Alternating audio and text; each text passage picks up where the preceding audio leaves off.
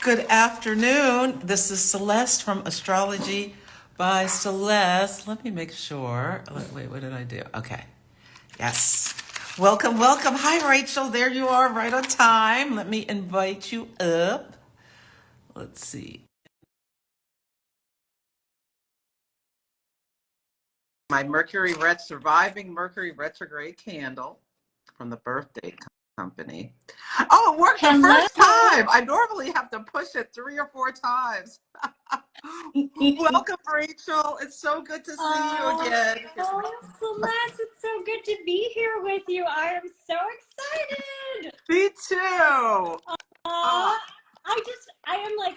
am a very big admirer of your work. I think you're one of the great astrologers in our community. And I've been looking forward to working with you, collaborating with you, and having this conversation with you since you first asked me. So thank you so much. Oh my God, Rachel, that means so much to me coming from you, because you are so incredible, not just an astrologer, but what you're doing with, well, we'll get to it, but I love what you're doing with not just your work, but your role on the city council. Did I say that right? Yes, It's a city. you said it right. You said it right. Yeah. Yes. Yes.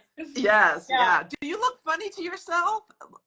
Do I look funny to you? Do you see yourself like, are you blurry at all? You're blurry. Wait. No, I'm not. But hang on one second. Let's see. I don't have any filters on or anything. So I don't know. It would be like a connection issue. Oh, I don't know. I don't think so. Okay. I look clear to myself, but do I look blurry to others? Yeah, people put in the chat. Do we both look clear? Yeah. Do we both look clear? Okay. Good. Okay. Good.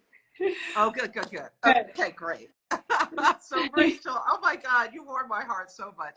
So, will you introduce yourself to everyone, for anyone who doesn't know? Sure.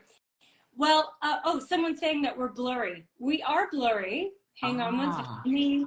Okay, I'm gonna wipe off my screen here. Maybe that's it. I look blurry. Yeah, you look distorted. Here, I'm gonna disconnect and I'm gonna come back again. Okay. All right. Hang on, pause. Hang on, everyone. Mercury is retrograde, so there's, this is Mercury. Yeah, it's wild. Hi, everyone. Hi, Sunny Days. So good to see you. Yeah. And Jasmine. Okay, yeah. So it wasn't just me. Okay. Yeah, it's Mercury, and the moon today is in Gemini, and Mercury rules the sign of Gemini. So having a connection that's a little blurry is right on with the transits, but we want to get it going. Hey, Narayana, are you back from your trip? I hope you have had a wonderful time. Narayana Muntufor, an amazing astrologer. Yes. Hi, Lisa. Hi, everyone. How is everyone doing since the eclipse? Hi, Kylene. Oh, you saw both of us speak yes, Kylene, you saw both of us speak in San Diego. Yeah. Yeah, let's see. Oh, here she is. Okay. Accepting. Now I need to push it by magical 3 times. Oh, there you are. Okay, that's better. Let's see. Did that work? Oh, that's better. Okay. Yes, much better. Good. Yeah. So, okay, why don't you go and introduce yourself? All right. Well, I am a consulting astrologer. I've been in practice since 2006, but I started studying when I was 14 years old. So a long time. And my focus is, I really like, I'm kind of an astrology generalist. And so I know a little bit about traditional astrology, a little Hellenistic, a little psychological, humanistic, and a little esoteric. And I really love just helping my clients create a strategy and a framework for to achieve their goals. Mm-hmm. And I'm an author of 2 books. One's a children's book, As Above, So Below. And one is Modern Day Magic, 8 Simple Rules to Realize Your Power and Shape Your Life. So I love yeah. that. Yes. Why don't you give us a couple of those rules? Are they some ones you can share? Yeah, definitely. Well, the first one is trust yourself. And that's, when we are offering intentions or when we're working with magic, the more we believe in our own truth and in our own words and in the power of our intentions, the more we can manifest those intentions, or the more that energy ripples out into the world. And there are so many ways in which we don't trust ourselves, in which we make promises. I'm not going to eat sugar this week, and then, kind of turn back on it. And so trusting yourself is really about, it's about knowing yourself. It's all about. Oh, no, your signal is not great. Oh, no. Okay. You faded out a little bit. So trusting yourself. Okay. I love that. And Yeah. trusting in Yeah. And that's part of like connecting into our intuition too. I feel like that Right. left side, that feminine yin principle. I love that. Exactly. Mm-hmm. Any more you want to share before we dive in?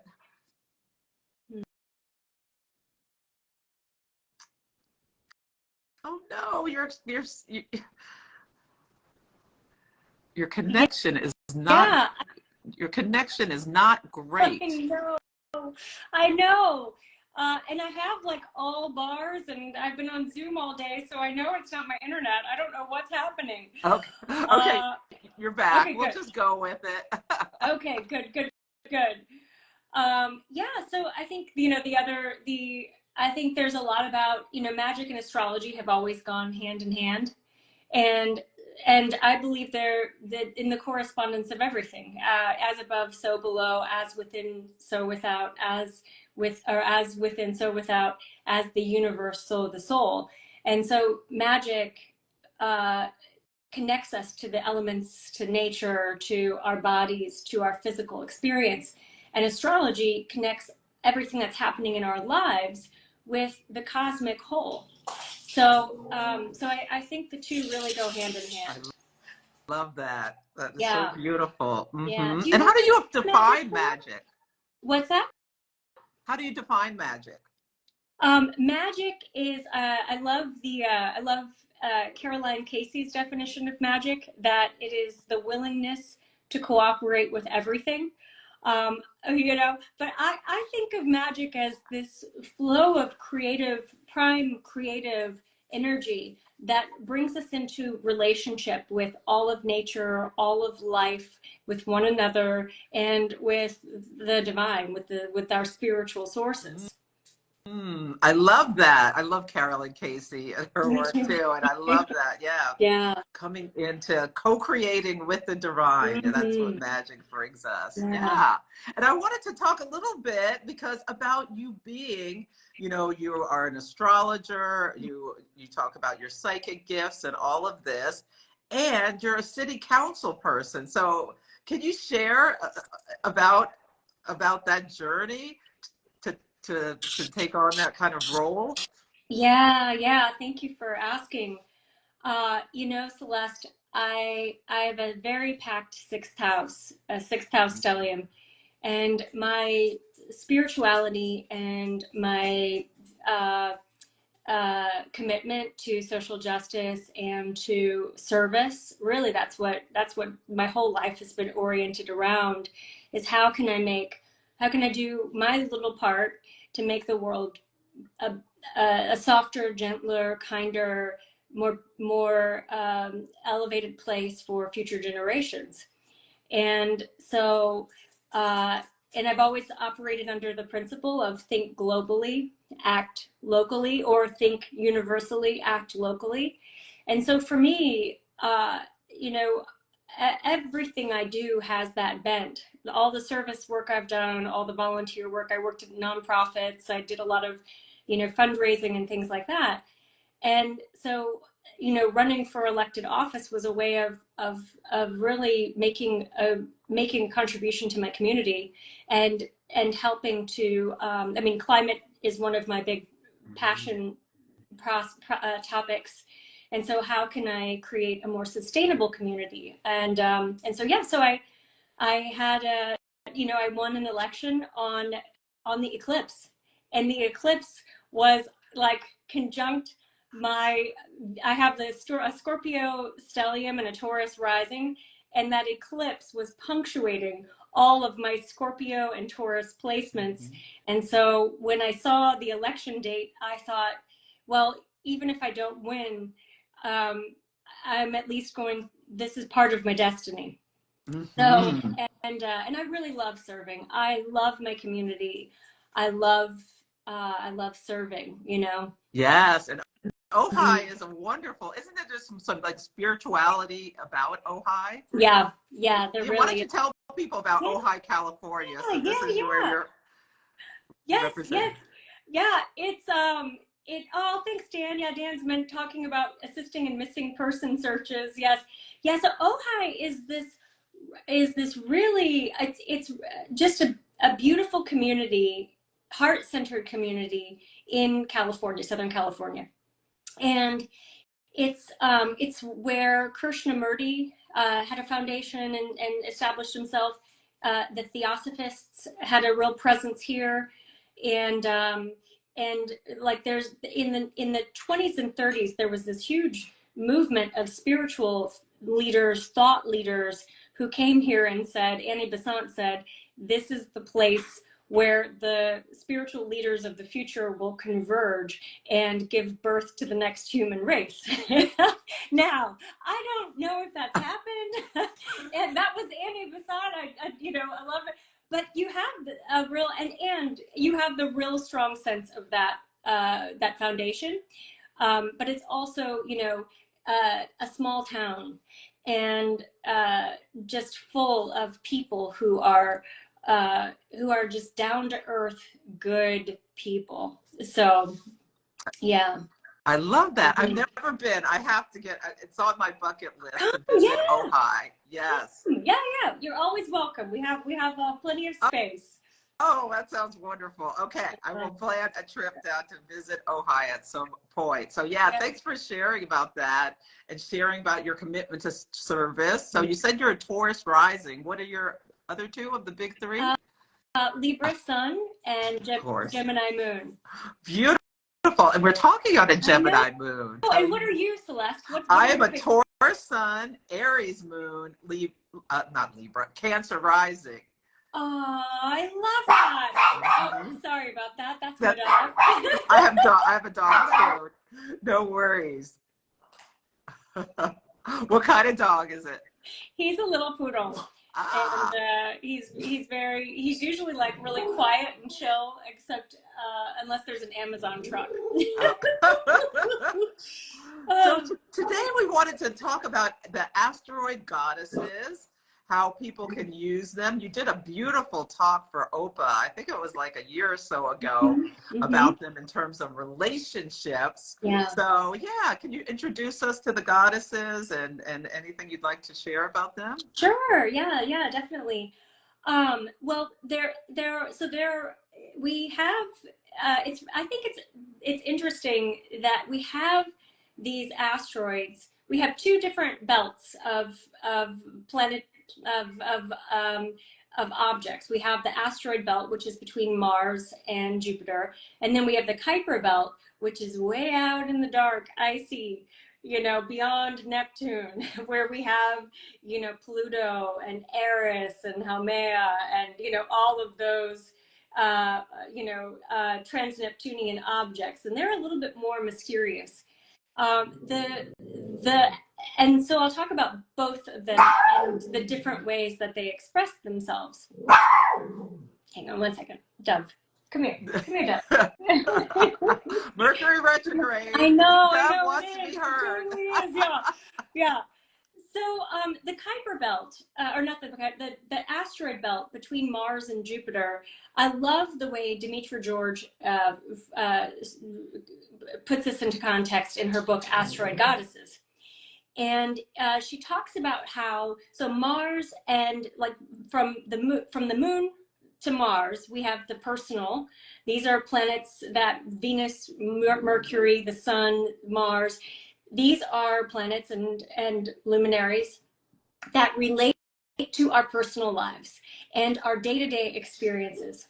And then we have Jupiter and Saturn, which are the social planets. And so they relate to the larger cultural contexts within which we live, the beliefs, the rules, the systems that provide us with society and societal experiences. And then we have the evolutionary planets, which are Uranus out. And so the asteroids, and we're talking about Ceres, Vesta, Juno, and Hygeia, and Pallas, Athena. And there are others too, but those are the ones that I've primarily worked with. And so these asteroids bridge the spiritual dimensions of ourselves and our understanding with the personal. And there's a real relationship. And then the ones that are way out in the Kuiper belt are kind of like dwarf planets, and they're not quite asteroids. They're different types of planetary bodies, and so we'll talk about those in a different way. But I think of those as being like the subtle influences that make their way into our consciousness. But there's a real relationship, Celeste, between the movements that have happened with gender equality and sexual equality and the discovery of the asteroids and our use in incorporating the asteroids. And so what's really cool about asteroids is that they expand our awareness of our own archetypal selves beyond the traditional planetary bodies. They give us nuances to our personalities and to what's happening in our culture that help us to see that we're not just limited to only having a couple of references of archetypes that relate to what we might consider the feminine. So they're actually really important, I think, to consider. And there's a lot of exciting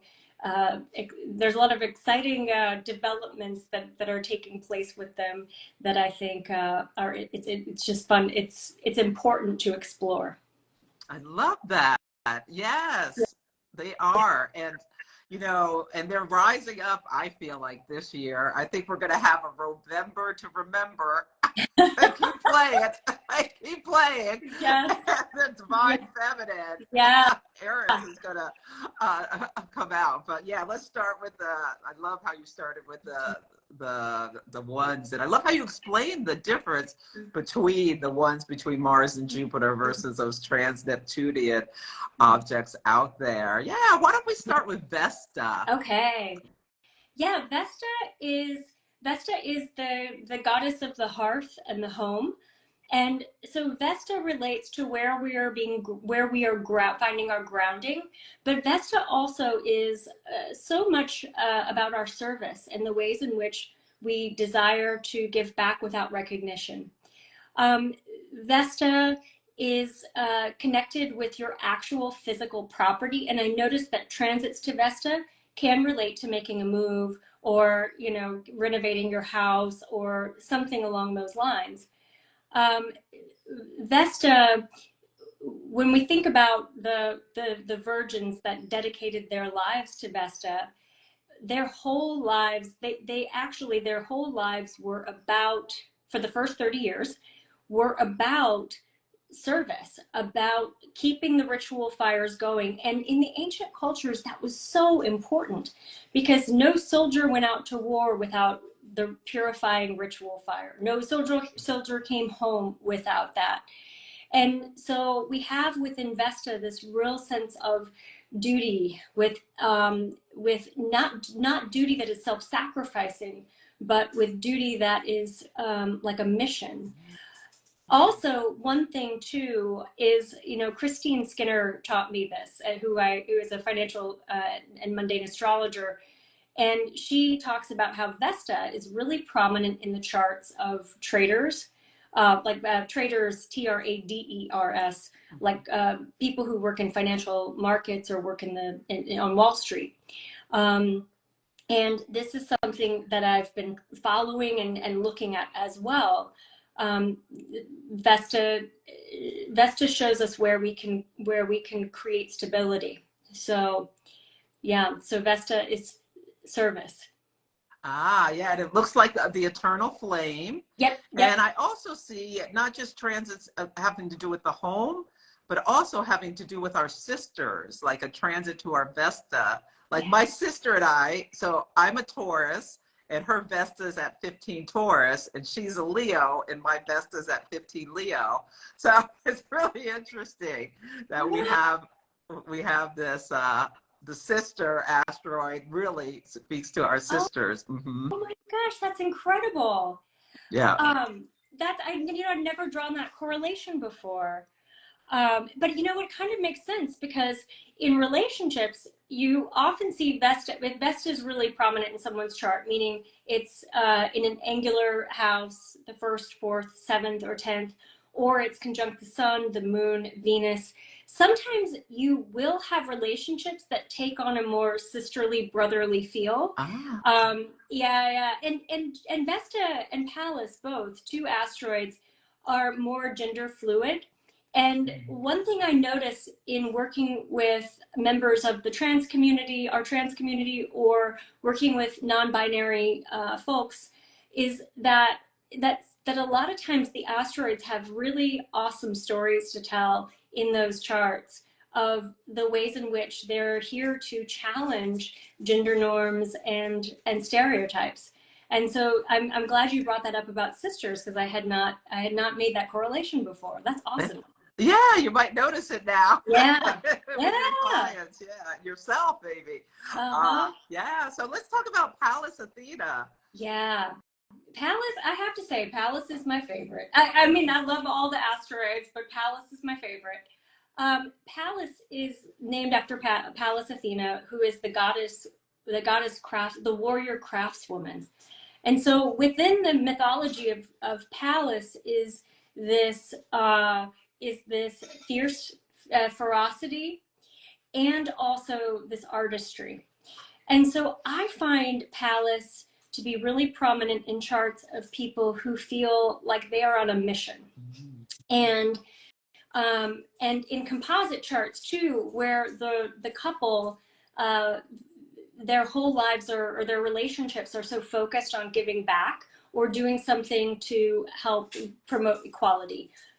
Pallas is the planet that relates to equality and justice and wisdom and being able to see that bigger picture.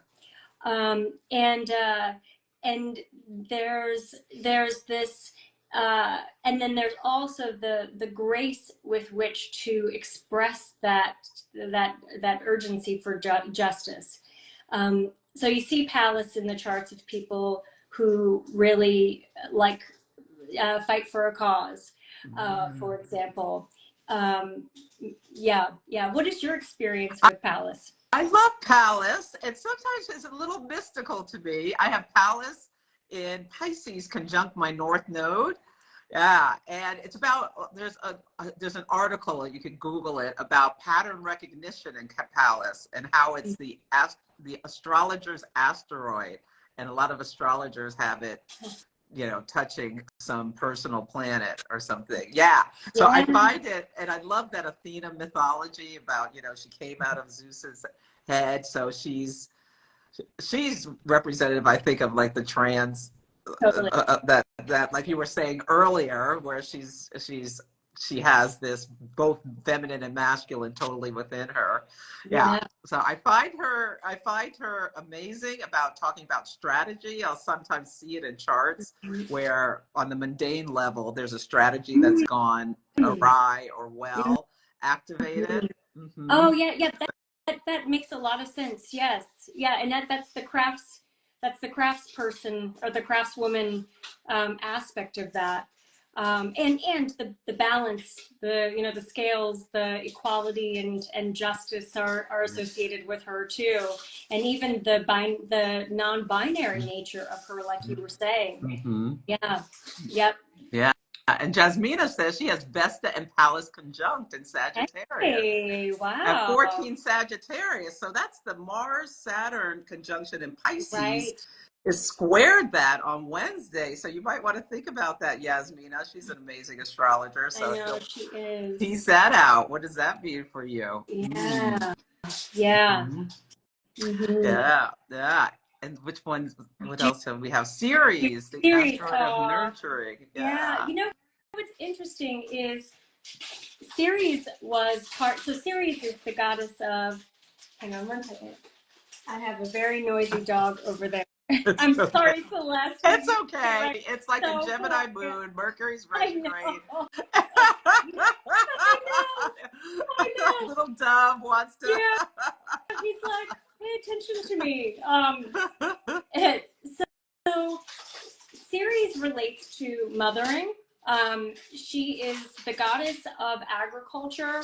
And the Ceres myth is one that involves the mother's love and also the mother's loss. Because Ceres is the mother of Proserpina, which is also Demeter, Persephone, that myth. It's, they're two sides of the same coin. And so you have a mother who loved her daughter and her daughter was taken from her.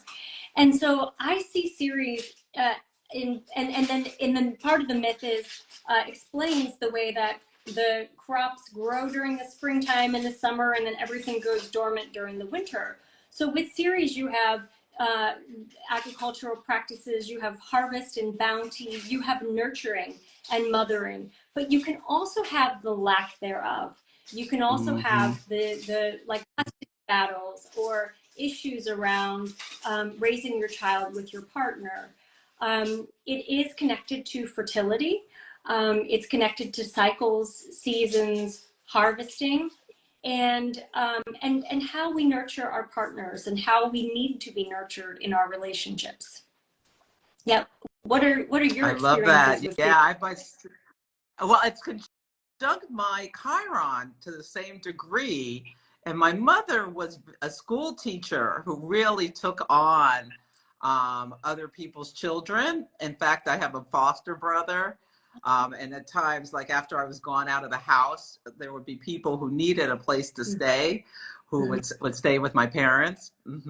So she really, and when she passed on, I mean, there were people, we got letters from her students from years ago. She really was, she was a Leo and fiercely like mama bear protective of children. And she, like, if she felt like they were being mistreated or very focused on racial justice, like she was an advocate and a warrior for other people's children as well as her own. Yeah. That's amazing. How beautiful. And Aries, yeah. Wow. Yeah. Wow. Yeah. That I think that describes the nature of Ceres. That a lot of times we think of mothering in the archetype of the moon, which is the divine mother, the mother, but Ceres represents the grieving mother, and the fierce protective mother, like you're talking about. Yeah. One thing that I think when we look back at the transits of 2020, the January transits of Pluto, the Pluto-Saturn conjunction, that eclipse was taking place days before that conjunction happened. Ceres was also starting her new synodic cycle with Pluto.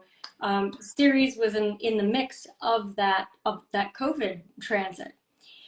And think about where we spent the 2020s. We spent the 2020s at home. Our mothers, many women were the ones who were bearing taking time off work to be at home with their children. And so I think Ceres is a big voice in that whole transit, in that Saturn Pluto conjunction. And then we also saw so many people like baking bread and feeding their families, and you know, there were banana bread recipes that were going viral, and cooking shows. And so how do we nurture ourselves in the midst of this Saturn restructuring, the Saturn Pluto restructuring, and reorienting ourselves in terms of how we experience power structures of our lives. Wow. Yes. You know, I didn't realize that. That is so interesting. And was Ceres in Capricorn at that time too? Yes. Ah, and isn't she in Cancer now? Yes, I believe so. Yeah, because yeah, so like she's coming to that opposition. That's so interesting about how we nurtured ourselves differently, and a different way of looking at work. And people, I think, with COVID really redefined what was important to them in terms of things. And Ceres is going to square Chiron. I think it's next week. Yeah, you're right. And it's actually in Capricorn, so it's back where it was. Oh, it's back in Capricorn. Yeah. Okay. Yeah, and so it's back where it was, but you're right, it's going to square Chiron. And so bring up, you know, I think one of the themes with Chiron has been loneliness, and the ways in which we feel separate from one another, or the ways in which we feel like we don't belong. And so I think the Ceres square is going to probably bring up that within our families, within our relationships, and it's part of that overall Chiron healing that we're doing right now. Oh, that's beautiful. And Ceres could also be about unions. Yes. Active, like when Scarlett Johansson, when she stood up against, oh gosh, I can't remember all of the exact specifics against, but she took a stand against the studio system and put herself, her career, everything on the line to say, this is not right the way you're treating us. And her series was making a hammer of Thor with something in her chart. Yeah, it was really wild. Amazing. Yeah. Oh my gosh, that's so cool. Yeah. Wow. Yeah, that's really powerful. Yeah, that is the, you know, the series freezing the entire earth because her daughter was abducted, or different ways of interpreting that myth. But yeah. Simeon says she went against Disney. Yeah, she stood up against Disney. Wow. Talk about. Oh, wow. Yes. Talk about huge. A fierce warrior. Right. Yeah. Yeah, and she's doing just fine. Yeah. And with Ceres back, well, that's so interesting. I don't know. I'm not sure where Ceres was at that time, but she just was in the news for the SNL skit about that like trad wife senator who made the rebuttal to Joe Biden's speech, and she was like off the rails kind of thing. Yeah, Scarlett Johansson nailed that. Yeah. I'm looking backwards to see what I think. So that was that in in December. Go ahead. I can't remember when she did it. I wanted to say 2022. It was a while ago. Yep. Well, it's I think that's a stunning representation of Ceres. Yeah. And what's the wait? Okay, we did Palace, Vesta. Oh, Juno. Yes. Now Juno is interesting. I have Juno conjunct Sun. So, and I've wrestled with this myself. Juno was for a long time my least favorite. So, you know, Juno represents marriage and like those deep partnerships, but it's equality in partnerships.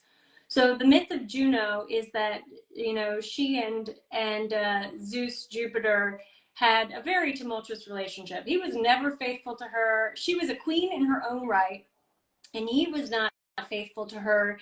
They got together, and her power was, she maintained much of her power, but her power was diminished in that relationship. She had to go around with, you know, a chastity belt, and he got to go and do whatever he wanted to do. And so there's a lot of like trouble in their relationship. But the asteroid Juno doesn't take all of the trouble. It takes more of the qualities of partnership, equality, loyalty. And so within Juno, you see a lot of like dedication to the relationship, and it's not dedication to another person in a way that you lose yourself. Sometimes it can be if we have like a Pluto aspect, but it's dedication to something that's greater than yourself, and two coming together as one can be greater than yourself. It can also be an indicator of forgiveness, of being willing to give someone another chance. And there's a real need within Juno placements for wherever it is in your chart for you to find equality and to feel like you have a voice. I love that. Oh, two people are asking how to find their asteroids. You can go to astro.com. I think you have to go to extended chart selection. There's free horoscopes and extended chart selection. And then you have to turn them on. Ceres, Juno, they should be there, and you can turn them on and then see where they were when you were born. Or a lot of different, if you have any of those apps, like Astro Gold app, or is there any apps you recommend for doing that? You know, even Time Passages. Oh, Time Passages, yeah. And, you know, Time Passages is great. And they have a really, I think Astro Gold has a phone program too. But yeah, Time Passages has a great, you know, chart running app, and they have a free version as well. Yeah. Okay. Yeah. Time Passages. Look that up as well. Great. Yeah. Oh, Project Hi, Chocolate Sophia. says they need another reading with you. Hi, Sophia. Yes. Emily asked about the Hammer of Thor. It's okay. So it's not a yod. There is an apex planet like you would have in a yod, but this planet is sesqui-square, which is 135 degrees, two other planets, and then those two planets are in a square. So you can think about how Thor knocked the top off of mountains. So a yod has that nice sextile at the base, so it's a little bit softer. They can work collaboratively, but the Hammer Thor, it's all hard aspects. So it can be where you can knock the top off of mountains. Yeah. And you can wield that power in a positive way, like Scarlett Johansson standing up to this powerful corporation, or you could also, you know, wield it in not so great ways. But it's good to know if you have one in your chart. Yeah. Definitely. Yes. Yeah. I love that. I also think about Juno can be like the aggrieved wife, because Zeus cheated on her nonstop. And then rather than dealing with him directly, she went after the women who were his paramours. Yeah. So I think it's a reminder to kind of like look to where we need to in relationship. I have it conjunct my midheaven. It's at 0 Aries conjunct my midheaven. Yeah. Interesting. So don't come between Celeste and her work. Or she's gonna hammer a Thor you. True. So, Hygeia. So you work with Hygeia a lot too. I do. I really like. So Hygeia is the planet that or the asteroid that relates to healing and medicine and alchemy. And so I see Hygeia really prominent in the charts of people who feel a mission to make to help others in a healing capacity, natural born healers, people who do medical astrology, doctors, anyone in the healthcare industry. Um, and yeah, Hygeia just wants to make people feel better. Yeah. I love. Do you work with her at all, or do you? Only I look at her when like around Uh-huh. COVID and stuff like that. If people sometimes your IGA is activated because it's the public health asteroid. Yep. But maybe I should look at it a little more. Yeah, you're absolutely right. Public health and transits to Hygeia can relate to vaccines. They can relate to the opioid crisis and solutions to that and policies around that. So yes, so Hygeia is, you're right, public health. And Teresa's saying she's been lit lately. Mental health issues, Yep. which is also Yep. part of Saturn and Pisces. And Mars Saturn this week met. And the day broke news about that astrology influencer, whatever that means. But that's very sad about. She just had a mental health crisis, and Yeah. yeah. Yeah, I think that Saturn in Pisces is bringing all of that to bringing the mental health crisis to a head. And when Saturn and Neptune, they're going to be dancing back and forth in those late degrees of Pisces and finally meeting up in Aries next year. But I think, Catherine Urban posted something yesterday about that we're going to have scrutiny with Saturn in Pisces. We are going to be, our professions are going to be scrutinized, or anyone who's doing any kind of work in the spiritual or magical realms. And so I think that's one example of this, but I also think that mental health, drug addiction, I'm not saying that drug addiction and mental health are the same things, but like these are areas that Pisces rules. And that's all going to be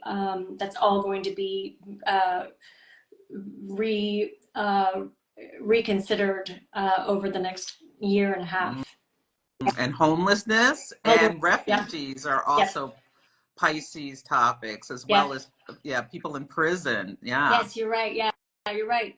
And there have been, I know in our own community, it's really interesting because we have new laws in California, as you probably know, allowing encampments and allowing people to camp in public spaces. And so now there's a lot going on with, formalizing encampments, and there are a lot of policies up in the legislature this year related to homelessness and housing. And I think it's a combination of both Neptune in Pisces, Saturn in Pisces, but also we are in the tail end of Pluto in Capricorn. We have one more little pass of it.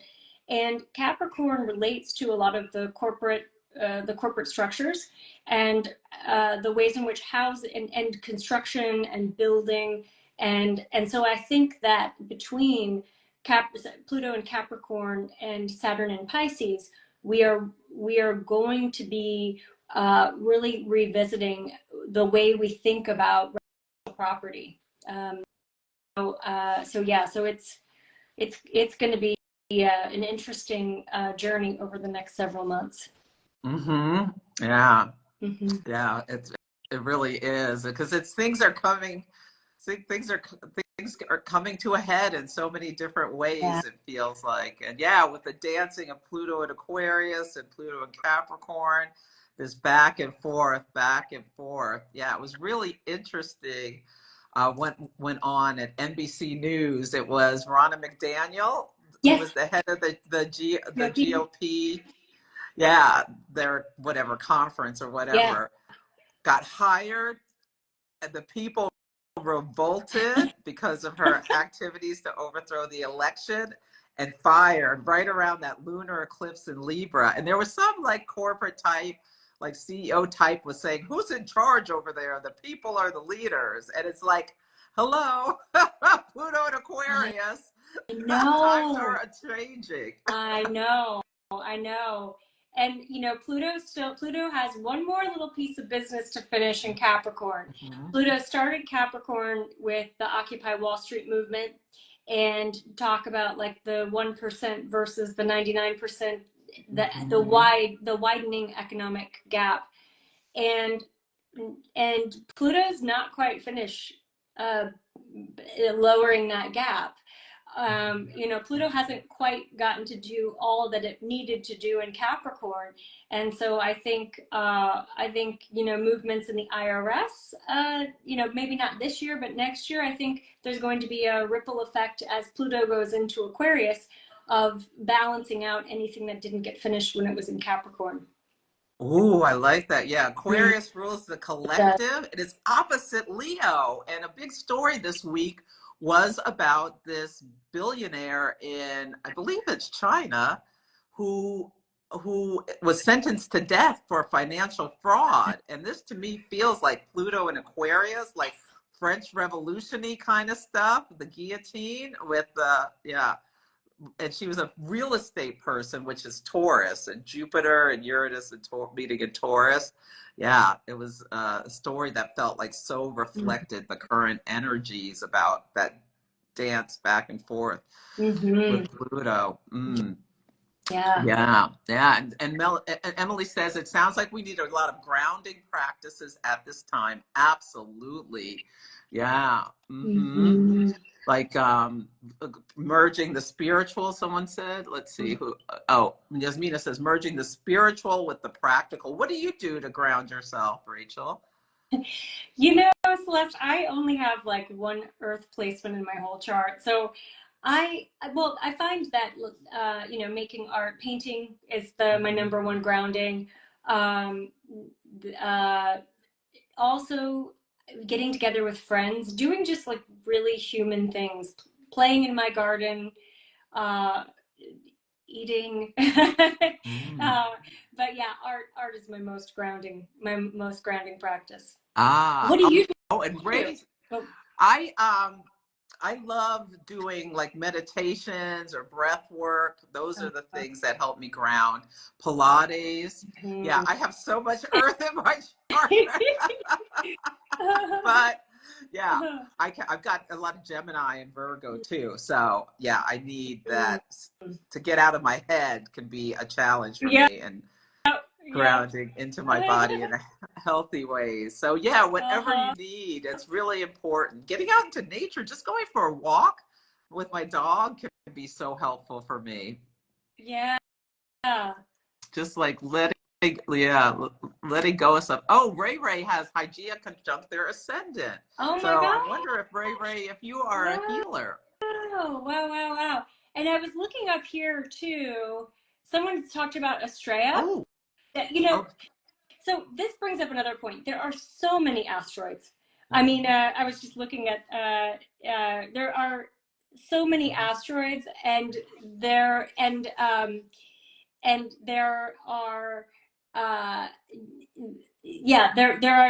so many asteroids. We're only touching on some of the most widely used, but Estrella is really about justice, and it's about the influence of it's like where we want to not just balance the scales, but we want to wipe things out to where there's a clean slate to move forward.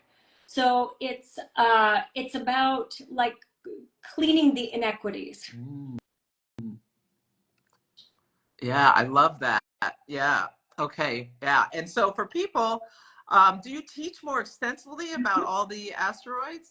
I have taught. Yes, I have taught that before, but I don't have any classes in the future. But I would love to teach one. We could co-teach one, Celeste. I would love to co-teach with you sometime, Rachel. Let's do that. Let's do it. Yeah. I love it. Yeah. And for people interested in something right now, Ann Ortley did an asteroids class for Astrology Hub years ago. You can go to astrologyhub.com. I'm going to be a guide this year, Rachel, for May. I know you were the guide. Yeah. Were you January? January. Well, and you could go Google it. And Ann Ortley, she went through all the asteroids. I still have my material printed out. She went through all of them and then helped you find them. So you might want to just buy that recording if you're really interested in diving deeper. Yeah. But yeah, we should get together and teach that. Yeah. We totally I love it. Yeah. Yeah. I'm feeling there's like Eros, and there's like Circe, and there's, I mean, there are like Sappho, and you know, there are ones that we didn't mention today who really relate to our attraction in love and relationships, and yeah, and there are some like mind-blowing correlations. Like I think Prince Charles has his midheaven or something at the asteroid Diana. So there are, I mean, you can, it gets really, you know, and there's your dog. Yeah, Your dog, how cute. he's having some kind of a dream. He's sleep barking. Oh my gosh, how cute. Yeah, he's adorable. Yeah, and you can go to astro.com and you can put in any name of someone important in your life, and you can find where they are in your chart. It's fascinating. You will find your parents, your exes, your current partner, your children's name oftentimes will be conjunct or something, a personal planet. It's really cool to. Or your city, or your state. Oh, I haven't done that. Yeah, like Ventura, which is the Ventura County where I live, is at my ascendant. It's so you're in the right place. You know you're in the right place. Yeah, exactly. I love that. So why don't we move to the ones, the trans-Neptunian ones? Yeah. Now these are little asteroids, trans-Neptunian objects. I always, you see me, I kind of, this is how I feel about that. The one that I really pay the most attention to is Eris. And one thing I have been following that I haven't done enough research to really be able to speak about with a lot of, you know, confidence. Eris is the goddess of discord, and I think of her as the goddess of discord for progressive change. And in 2020 and 2021, Eris and Pluto were forming square aspects to one another, challenging one another. And every time that had that transit was close to being perfected, or close to you know, or another planet or the sun or moon were aspecting it, we saw movements within Black Lives Matter. We saw, you know, men behaving badly getting called out, like Harvey Weinstein. And now what I've been noticing is that anytime there is some kind of court hearing around abortion, that Eris is a part of that storyline. So for example, we had the Arizona ruling when Mercury retrograde was conjunct Eris just the other day, you know, and so when Mars comes to that point, or makes an aspect with that point, this is often when we see an uprising around reproductive rights and reproductive justice. So this is, you know, Eris is kind of known as being prominent in the charts of anyone who is willing to fight for a cause, including, you know, some of our feminist icons, and also including like suicide bombers. So with Eris, you have like whatever needs to be shaken up in order to produce like the awakening that's needed for social change. Necessary change, Eris is involved in those charts. Yeah, and she rolled the apple into the party for the fairest of them all, and had, I think it was it Athena, Aphrodite, and Hera, like 3 goddesses fighting over this apple. And it led to the Trojan War. And she's willing to upset the apple cart in order to bring change. I just made that connection right now when we're talking. And and at the eclipse, Mercury retrograde and Eris were conjunct. And Ceres is coming to square that from Capricorn. That'll be interesting to watch. I need to keep Eris on. No, She Eris, yeah. moves, she moves so slow. I kind of sometimes don't pay attention, but so important. Yeah. Yeah, yeah, I know she's kind of the the iceberg, and other planets circle around her, or circle, and when they come in contact with her, they get hit. Mm. But she doesn't have to move very fast to be powerful. Yeah, she's in Aries for everyone living Yeah. right now because she moves slow. She's past Pluto. I think her orbit is like 500 and some years. Yeah. But this is in May, I believe, or early June, when Venus and Jupiter meet at 29 Taurus. And around that time, Mars meets the North Node in Aries, and it's on its way to Aries. I wonder if there will be some big thing around women's rights, or women, about all of these horrific laws that are trying to bring us back to the Stone Age kind of energy as women. I hope so.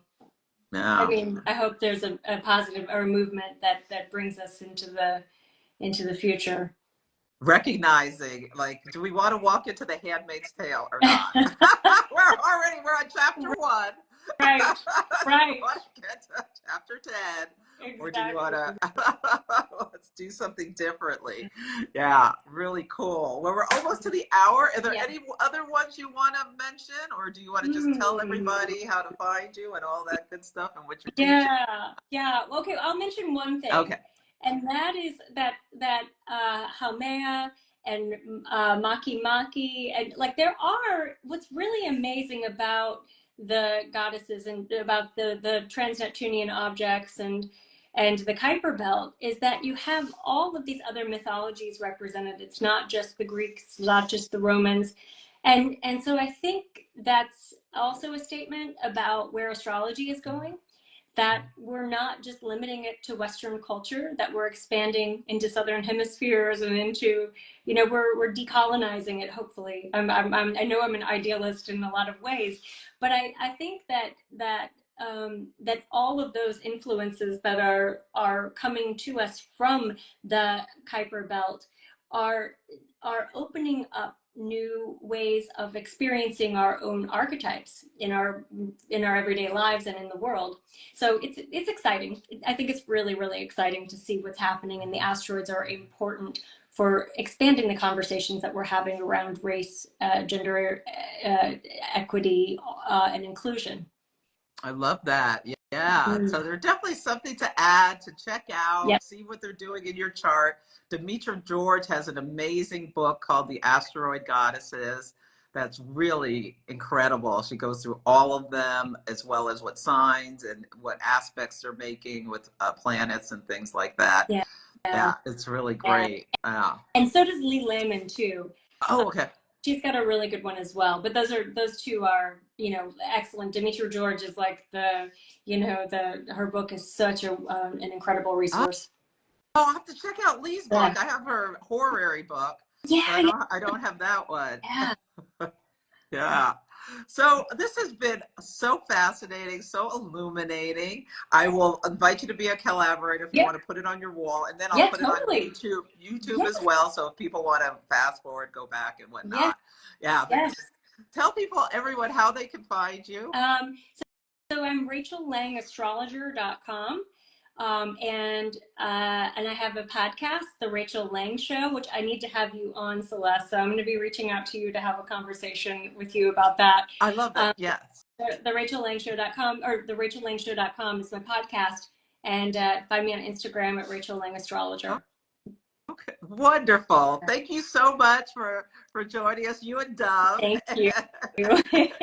And have a beautiful rest of the weekend. Thank you for sharing your wisdom about the goddesses. That was so cool. Thanks so much. Thanks, Celeste. Have a great You're welcome. rest of the day. All right. Bye.